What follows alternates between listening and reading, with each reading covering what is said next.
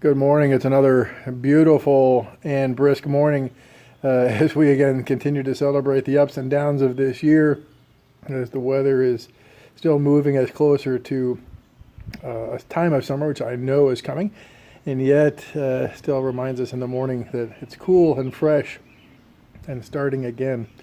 I thought I'd start out here this morning because I'm listening to the birds and I'm just listening to the world around me and beginning to see some signs of flowers and growth, and just thought I would put all that into the midst of this as I am reflecting on a Bible study. It's going to start today with four of our youth, and also the text from this last weekend from Acts chapter 17, and thinking about a much more deeper question. You know, that's really the challenge.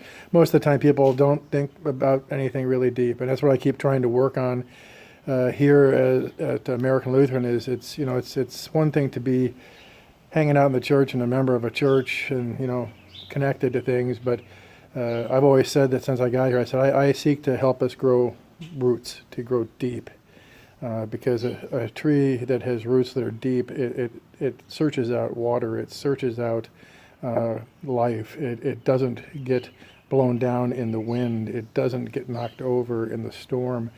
It is a thing that has been rooted deeply. And unfortunately, so many people who take on the title of Christian, they are more at a surface level, and their roots run across the surface as the grass. But if I were to get one simple thing in there and cut and start moving across, I could remove all of that from the earth. And really, that's another piece of this constant reminder of where we're at and what it means to be a faithful Christian and to be somebody who's seeking Christ. And it has to start with, again, the question. I mean, that's really the thing we're doing with the youth, is asking 5 days of deep questions. And I'm hoping that they're gonna speak deeply and honestly and really. It's really hard to try to be getting people to do that, and to have people who resist it because we allow ourselves to get the idea that we're afraid that we can't say what's there, we can't wrestle with that, we can't let people know that we don't know or we haven't asked, or how will we ever move forward? It's like going to a classroom to study and say, well, because I don't know enough going into the class and because I'm afraid that I might not have the right answer, I'm just not going to go to the class. But I'll keep carrying on as if I'm a student and graduate. It doesn't work. And faith has to be something much more than that. And so as I was thinking today and pondering, and thinking about this last weekend's message about you're not alone again, I think some people take that message as, well, see, good, I'm not alone. And there is some of that. There is some of that, clearly, that we're not alone. That God is with us. His constant reminder that you are not facing this alone. But I think some people take that message and make it, well, good, I can just hang out because I'm okay, and because He's here and He's around. But we miss the point of His being around. What good is having God around other than like an axe and a piece of glass that says open in case of emergencies, and then to find out that the glass is impenetrable because you didn't read the instructions that told you there was a certain way to open it and a way that you needed to break the glass. It's much more than that. The weekend's message was much more than that. That's why I wanted to start here, as all these things keep wrapping up and rolling together. Psalm 19 describes part of this as all the Bible does. The Bible always helps interpret itself. It helps you understand what it means when God talks about creating at the beginning the heavens and the earth and the glory of it. And Paul's writing about the fact that all we have to do is look into the sky and we can see all there is to know about God. We can look into the world and everything is evident and clear, but the Bible helps interpret itself. And one of those places that comes to this very question about what it means to have God in your life is Psalm 19, verses 1 through 4, where the psalmist writes these words: "The heaven declare the glory of God. The skies proclaim the work of His hands. Day after day they pour forth speech. Night after night they reveal knowledge. They have no speech. They use no words. No sound is heard from them. Yet their voice goes on into all the earth, their words to the ends of the world." I don't know if you've ever spent any time sitting and looking at the stars. And it's a lot harder to do here than it is even where I was in Nebraska, because there's too much other light. There's too much other intrusion. We can't even see the stars. There's some places you can't even see the stars anymore because of all the light that is being produced by us and all the things that we have to go do and all the things we want to go do. But to sit and to just stare at the stars, the Bible reminds us very clearly, they are screaming out God's presence, screaming out in speech and without words the power of the one who's there. Night and day, they're constantly reminding us, not just that he's here, but the power and the majesty and the ability he has to make things happen and what he declares for us and desires for us as well. Every one of us as a Christian should be on a journey to continue to grow deeper in knowledge, in faith and understanding. And it is only when we're doing that that we will grow into something far more than just a seed. Again, this goes back to the crucified life that we studied through Lent. This goes back to everything we keep talking about. This goes back to understanding our desire, our goal is to become more and more like him, to move more and more to being like him. And we do that in our actions and our words and deeds only when we put him more and more into us. Not just a physical reading, but a studying and a pondering and a digging and a looking. I mean, just the beauty of the flowers that are over my shoulders and the birds that are chirping as we have so many different birds coming to the yard this year. They're like a gift to remind us, see, look at, I'm not done bringing something new to you. I'm not done bringing something for you to see. And I think that's really the goal of this perhaps or fireside chat today with all of us, is to again be reminded that God is wanting, longing, desiring more for us than just for him to be near us, but for us to grow near to him. There's a scripture that just went through my head here, resist the devil and he'll flee from you, but call unto God and he will call unto you. And to come unto him and to get closer. And the closer you call and look and dig and search, the closer he comes to you. Not that he isn't already there, but it's because you're putting away the things. Like the lights that stop you from seeing the sky and the stars. You keep putting away things that are hindrances, that are struggles. And it all has to start with the work of confession. We have to start with the truth of our what we've done or what we've been doing. It's got to be confessed. It's got to be spoken out loud, and not just in a crowd, but confessed so that there's someone who is there to help us then recall it and to move forward from it and to deal with the things that come from it.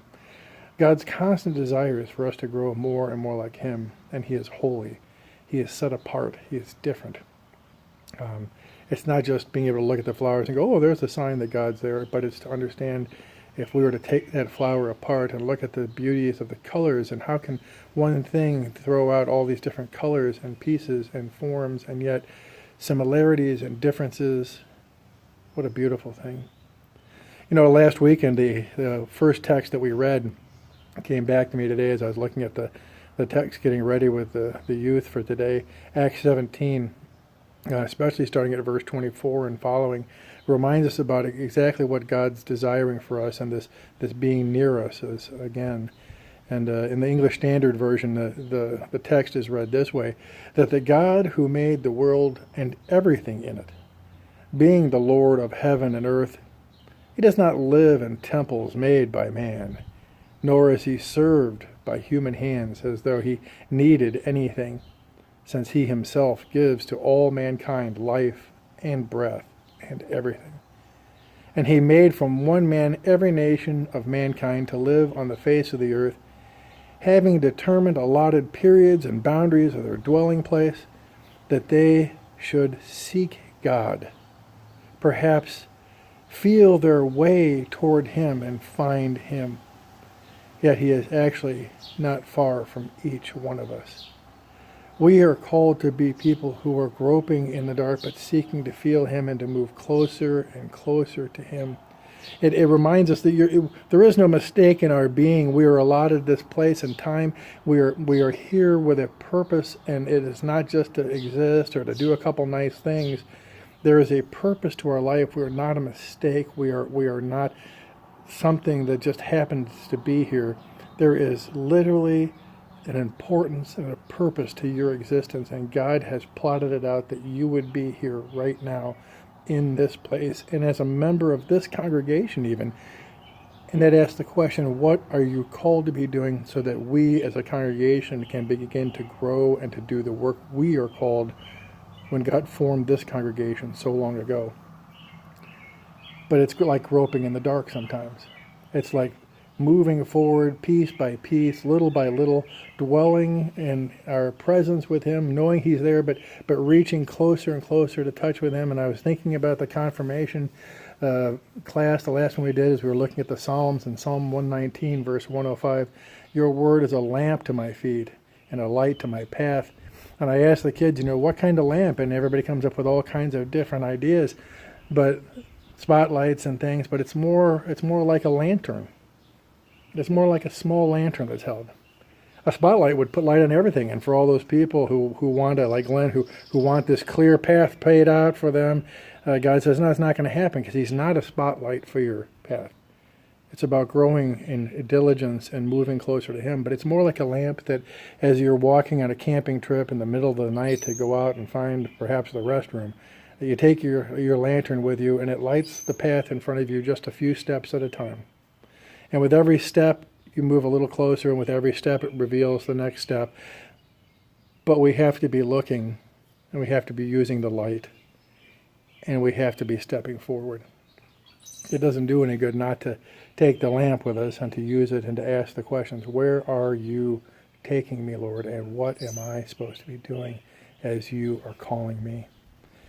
He's made every single one of you a magnificent creation. He's made each and every one of you with power to do His work and His will, and to seek His work and His will in all the things. It's not just doing nice things, it's doing also what we're supposed to do. I mean, to know what we're supposed to do and what should be evident and clear, and there shouldn't even be any questions in our life of those things, and yet we struggle with sin and darkness as we grope along. But He says it's about moving closer to the light, and the closer we move to the light, the less the things of this world are going to darken us.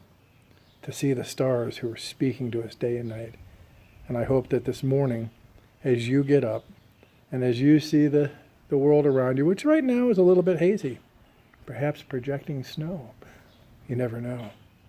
But either way, that you get up, and you look for God's glory.